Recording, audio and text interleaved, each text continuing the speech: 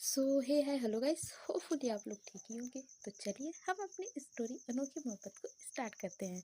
Start करने से पहले जान लेते हैं कि लास्ट पार्ट में क्या हुआ था। लास्ट पार्ट में सारी चीज़ें सही हो जाती है कि तभी तुषार के पास ईशान का कॉल आता है कि आर्य का एक्सीडेंट हो चुका है, जिससे कि सारे घर वालों को बहुत बड़ा सदमा लगता है। रिद्धि का सबसे ज़्यादा बुरा हाल रिद्धि का हुआ था।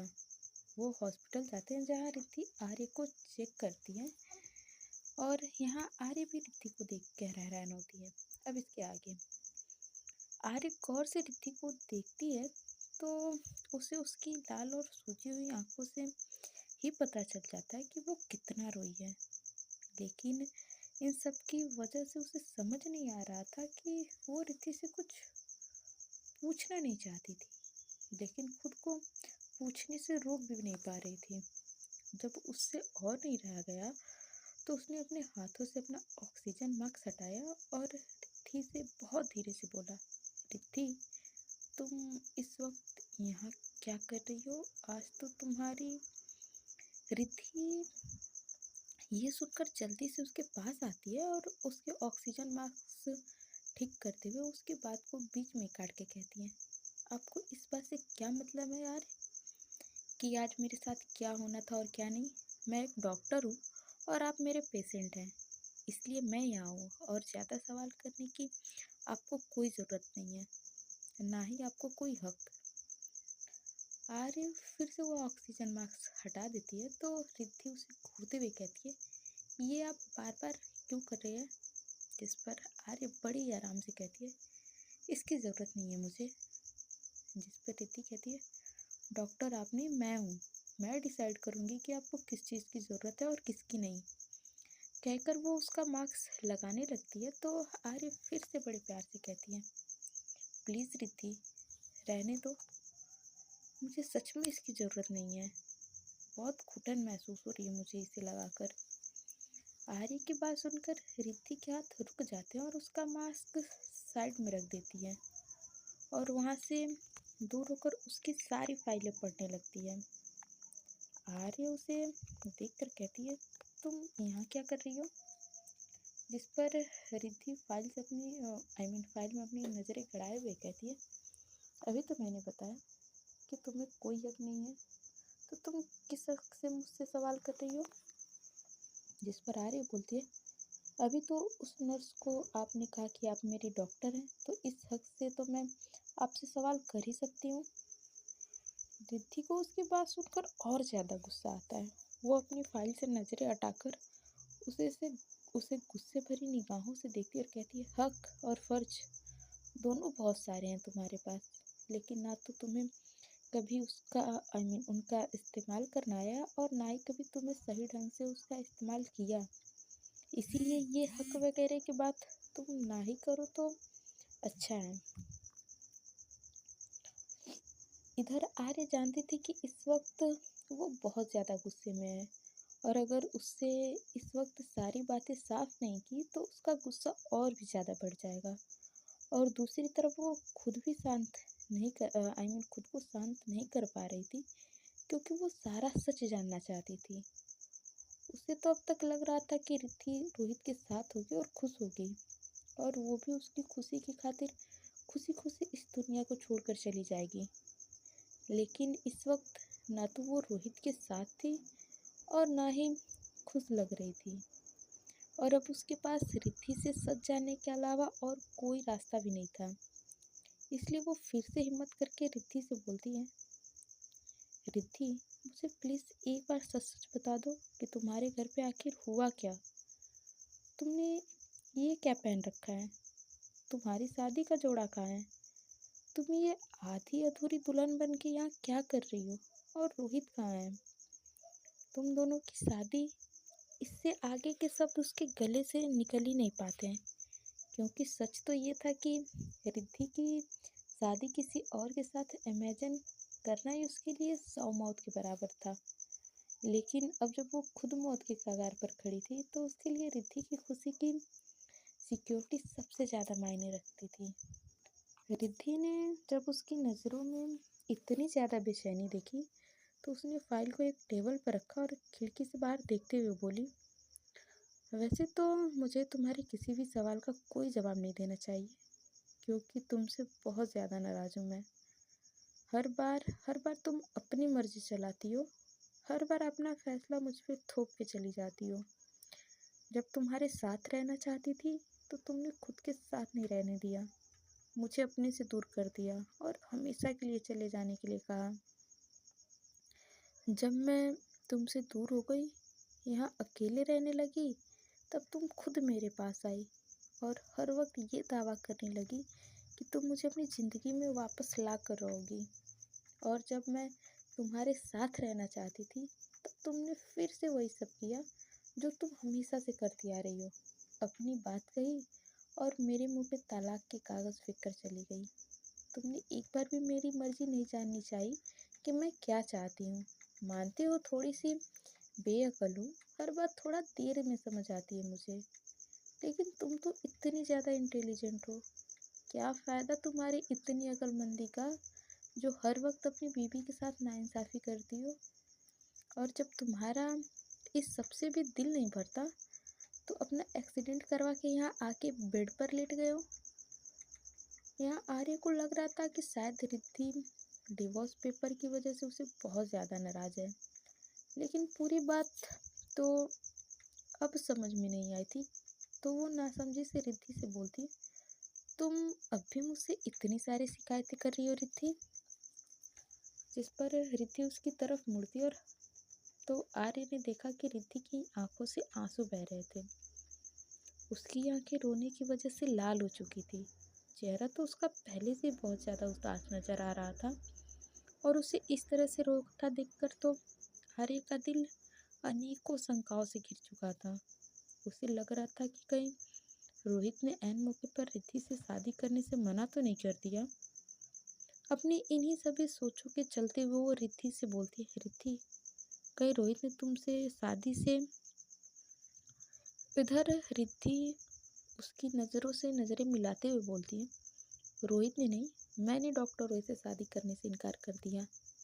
नहीं करनी मुझे उनसे शादी, और मैं उनसे शादी कैसे कर सकती हूँ, क्योंकि शायद तुम भूल गई हो लेकिन मैं नहीं भूली कि मैं अभी भी तुम्हारी पत्नी हूँ। तो शादीशुदा होते हुए मैं दूसरी शादी कैसे कर सकती हूँ। ये रहे तुम्हारे पहले सवाल का जवाब। और अब दूसरा सवाल, तुम भूल रही हो कि ये मेरी शादी का ही जोड़ा है, इसलिए मैंने इसे पहना है। और तुम्हारे अगले सवाल का जवाब, मैं यहाँ पर आधी अधूरी दुल्हन बनकर इसलिए घूम रही हूँ क्योंकि मेरा दूल्हा तो यहाँ हॉस्पिटल के बेड पे पड़ा है, तो भला मेरी शादी पूरी कैसे होगी। तुम तो सब कुछ भूल गई यार, लेकिन मैं कुछ भी नहीं भूली हूँ। तुम्हें लगता है कि तुम्हें मुझे तलाक दे दिया तो हमारा रिश्ता ख़त्म हो गया, लेकिन हमारा रिश्ता तो दिलों से जुड़ा है, तो वो इतनी आसानी से ख़त्म नहीं हो सकता।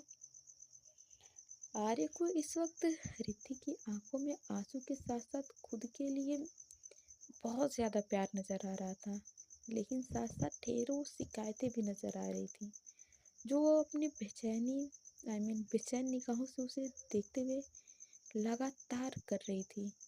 आर्य ने बड़ी मुश्किल से अपना एक हाथ उसकी तरफ बढ़ाया और इशारा करके उसकी अपनी तरफ बुलाने लगी, लेकिन रिद्धि ने कहा कुछ नहीं, पर अपनी गर्दन में नाम हिला के उसे आने से इनकार कर दिया। आर्य ने बड़ी मुश्किल से दोबारा इशारा करके उसे अपने पास बुलाना चाहा, लेकिन इस बार भी रिद्धि ने इनकार कर दिया। तो आर्य समझ गई कि वो ऐसे नहीं आने वाली। आर्य हिम्मत करके खुद को उठाने की कोशिश करने लगती है, लेकिन पैर और रीढ़ की हड्डी में लगी चोट के कारण उसके उसको बहुत तेज़ दर्द हुआ, जिससे कि उसके मुंह से बहुत ज़ोर की आह निकल गई। ये देखकर रिद्धि भागती उसके पास आती है और उसे संभालते हुए वापस से बेड पे ठीक से लिटा देती है और अपनी गुस्से भरी आंखों से उसे घूरते हुए बोलती है, दिमाग खराब है तुम्हारा, ये क्या हरकत है यार। आर्य उसे देखकर हल्का सा मुस्कुराती है और बोलती है, अब तो तुम आ नहीं रही थी तो मुझे ही तुम्हारे पास आना पड़ा। ये सुनकर रिद्धि वहाँ से उठकर जाने लगती कि आर्य ने जल्दी से उसका हाथ पकड़ लिया। हालांकि इन सब में उसके हाथ में बहुत दर्द हुआ, लेकिन उसने वो दर्द खुद में ही दबा लिया और बोली, मैंने तो तुम्हारा ये हाथ जिंदगी भर साथ निभाने के लिए थामा था रिद्धि, लेकिन शायद हमारी किस्मत में ये साथ लिखा ही नहीं था। आर्य की ये बात सुनकर रिद्धि की आंखें एक बार फिर से आंसू आ जाते हैं, लेकिन वो आर्य की तरफ मुड़ती नहीं है, क्योंकि उसकी हिम्मत नहीं थी कि आर्य को इस हालत में देखे और उसका सामना करे। रिद्धि को मुड़ता हुआ न देखकर आर्य फिर से बोलती है, अगर तुम मुझसे बात नहीं करना चाहती हो तो जा सकती हो डॉक्टर रिद्धि। रिद्धि के मुंह से आर्य के मुंह से खुद के लिए डॉक्टर रिद्धि सुनकर रिद्धि झट से उसकी तरफ पलटती है और चुपचाप वहाँ पर पड़ी चेयर पे बैठ जाती है। उसकी आंखों से लगातार आंसू बह जा रहे थे, लेकिन उसके मुंह से एक शब्द भी नहीं निकल पा रहे थे। आर्य ने उसकी तरफ देखा और बोली, अब कुछ नहीं कहोगी? तो रिद्धि में नाम में अपना सर हिला दिया और उसका रोना और ज्यादा तेज हो गया। आर्य उसे रोता हुआ देखकर खुद को संभाल नहीं पाती है और रिद्धि के आंखों से निकलते हुए आंसू उसे अपने दिल पर गिरते हुए महसूस हो रहे थे। उसने अब तक रिद्धि का एक हाथ अपने हाथ में थाम रखा था। वो बड़ी मुश्किल से बोलती है, प्लीज रिद्धि, रोना बंद करो। रिद्धि ने फिर भी रोना बंद नहीं किया तो आर्य ने एक गहरी सांस ली और बड़े प्यार से बोली, प्लीज मिसेस कपूर, रोना बंद कीजिए। आर्य के मुंह से अपने लिए मिसेस कपूर सुनकर रिद्धि हैरान रह जाती है और उसने जल्दी से नजर उठा के आर्य की तरफ देखा और फिर अपने आंसू पोंछती है। आर्य उसे ऐसे देखकर हल्का सा मुस्कुराती और बोलती है, तुम जानती हो ना कि तुम मेरे लिए क्या हो, और फिर तुम ही तो चाहती थी कि मैं तुमसे दूर चली जाऊं, तो दूर ही तो जा रही थी, लेकिन देखो किस्मत कितनी दगाबाज निकली। मौत चाही थी, लेकिन वो तो सिर्फ कुछ चोटें देकर निकल गई। ये सुनकर रिद्धि अपनी रोती हुई आवाज में बोलती है, मैंने तुम्हें खुद से दूर जाने के लिए कहा था, ना कि जिंदगी से दूर। आर्य उसकी आंखों में देखती है और बोलती है, जो तुमने कहा वही कर रही थी। अब मेरी जिंदगी तुम हो तो मैं क्या करूं? जिंदगी से दूर तो ऐसे ही जाया जाता है ना। जिस पर रिद्धि अपने हाथ में रखे हुए उसके हाथ पर अपना दूसरा हाथ रख देती है और उस पर हल्का सा दबाव बनाते हुए उसे अपना सर टिका कर कहती है, मेरे रुकने की ऐसी सजा दोगी क्या? मानती हूँ तुमसे नाराज थी, लेकिन इसका मतलब ये तो नहीं कि तुम सबसे नाराज होकर सबसे इतनी दूर चली जाओ। जिस पर आर्य बोलती है, क्या करूँ, तुम्हारा नाराज होना बर्दाश्त से बाहर हो गया था, तो सोचा कि मैं भी हमेशा के लिए सबसे नाराज हो जाऊं। ये सुनकर रिद्धि उसे गुस्से से घूरते हुए कहती है, बकवास बंद करो अपनी आर्य, ज्यादा फिजूल बोला ना तो एक खींच के झापड़ लगाऊंगी, तुम्हें सब समझ में आ जाएगा। रिद्धि को पता नहीं था कि गुस्से में उसने क्या बोला, जबकि आर्य उसके मुंह से खुद के लिए आर्य कपूर सुनकर बहुत ज्यादा हैरान थी। उसके दिल को बहुत सुकून मिल रहा था। वो उसे देखकर मुस्कुराती और बोलती है, मेरी मिसेस कपूर ऐसे ही अच्छी लगती है, लड़ती झगड़ती हुई, रोती हुई नहीं। जिस पर रिद्धि बोलती है, तुम्हें क्या लगा था ऐसे करके तुम मुझसे दूर हो जाओगी? लेकिन तुम्हें शायद ये नहीं पता था कि मैं तुम्हें कुछ भी होने नहीं देती। जिस पर आर्य उदास होते हुए कहती है, तुमसे दूर होकर जीने की मुझे कोई इच्छा ही नहीं थी रिद्धि। तुमसे दूर होकर जीने से ज़्यादा अच्छा है मेरा मर जाना। रिद्धि बोलती है, तुम्हें पहले भी एक बार खो चुकी हो आर्य, अब दोबारा खोने की हिम्मत नहीं है मुझ में। अगर अब की बार तुम मुझे छोड़ कर चले गए तो मैं सच में मर जाऊंगी। एक बार हिम्मत करके सब कुछ बर्दाश्त कर गई, अकेली जी भी गई, लेकिन इस बार मुझसे ये नहीं होगा। तुम मेरी सांसें, मेरी धड़कन में हो। भला बताओ, बिना धड़कन के ये दिल कैसे रहेगा? बिना सांसों के कोई कैसे जिएगा? तो तुम मुझसे उम्मीद कैसे कर सकती हो कि मैं तुम्हारे बिना जी जाऊँ? अगर तुमने मुझसे दूर जाने की कोशिश की तो मैं भी तुमसे दूर चली जाऊँगी, और अब की बार इतनी दूर जाऊँगी कि जहाँ से मैं वापस लौट कर नहीं आऊँगी। जिस पर आर्य ने उसके होठों पर अपनी उंगली रख के कहा, ऐसा नहीं कहते। ये देखकर रिद्धि उससे शिकायत करते हुए बोलती है, मेरा ऐसा कहने से तुम्हें इतनी तकलीफ हो रही है तो सोचो, जब मुझे तुम्हारे एक्सीडेंट का पता चला होगा तो मुझ पर क्या बीती होगी। क्या सोचकर तुम घर से इस तरह चली गई थी? तुमने एक बार भी किसी के बारे में नहीं सोचा? अरे मेरे बारे में ना सही, बाकी सब के बारे में तो सोच लेती कि जब तुम्हारे एक्सीडेंट की खबर उनको मिलेगी तो उन पर क्या बीतेगी। दादी माँ, दादाजी, उनको कैसा लगेगा। आर्य बोलती है, आई एम सॉरी रिद्धि। हाँ, मैं मानती हूँ कि मैं कल तुमसे मिलने के बाद खुद को संभाल नहीं पा रही थी। नहीं बर्दाश्त हो रहा था मुझे ये सब। नहीं बर्दाश्त कर पा रही थी तुम्हारा खुद से दूर जाना, तुम्हारा मेरी ज़िंदगी में वापस ना आना फिर भी मुझे बर्दाश्त था, लेकिन तुम्हारा किसी और की ज़िंदगी में शामिल हो जाना ये बर्दाश्त नहीं हो पा रहा था। नहीं समझ में आ रहा था क्या करूं और क्या ना करूं, कहाँ जाऊं। इसलिए मैं घर से निकल आई, लेकिन मुझे नहीं पता था कि मेरी इस तरह से एक्सीडेंट हो जाएगी। रिद्धि बोलती, तुम्हें अगर कुछ हो जाता, ये कहकर वो तड़प उठती है और इधर आर्य की आंखें भी भर आती हैं। आर्य बोलती है, होने को कोई नहीं टाल सकता रिद्धि, जो होना होता है वो होकर रहता है, उसे कोई नहीं बदल सकता। शायद तुम्हारा और मेरा साथ यहीं तक था। ये सुनकर रिद्धि उसके करीब आती है और उसके फोरहेड पर किस करके कहती है, ऐसा नहीं होगा आर्य, मैं ऐसा नहीं होने दूंगी। ये कहकर वो उसके माथे से अपना माथा जोड़ लेती है, जिस वजह से कि उसकी पलकों से निकले आंसू आर्य की पलकों में चले जाते हैं। आर्य उसकी तरफ बेबसी और लाचारी भरी निगाहों से देखती हुए कहती है, ऐसा क्यों होता है मिसेस कपूर? उसके इस सवाल पर रिद्धि उसे सवालिया निगाहों से देखती तो आर्य आगे कहती है, जब हम दोनों के पास ढेर सारा वक्त था तो हम दोनों के बीच बातें नहीं थी करने के लिए। हम दोनों एक दूसरे के साथ नहीं रहना चाहते थे। आज जब हम दोनों के पास वक्त नहीं है तो कितनी बातें हैं हमारे पास करने के लिए।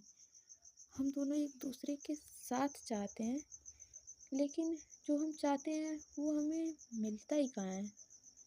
जिस पर रिद्धि जल्दी से उसके होठों पर अपना हाथ रखती है और बेचैन होकर बोलती है, ऐसे बातें मत करो आर्य, तुम मेरी ज़िंदगी हो, मेरी खुशी ही नहीं बल्कि मेरा सब कुछ हो। मेरी पहचान तुमसे है। मैं आज जो कुछ भी हूँ उसके पीछे की असली वजह तुम हो, तुम्हारा सेक्रीफाइस है।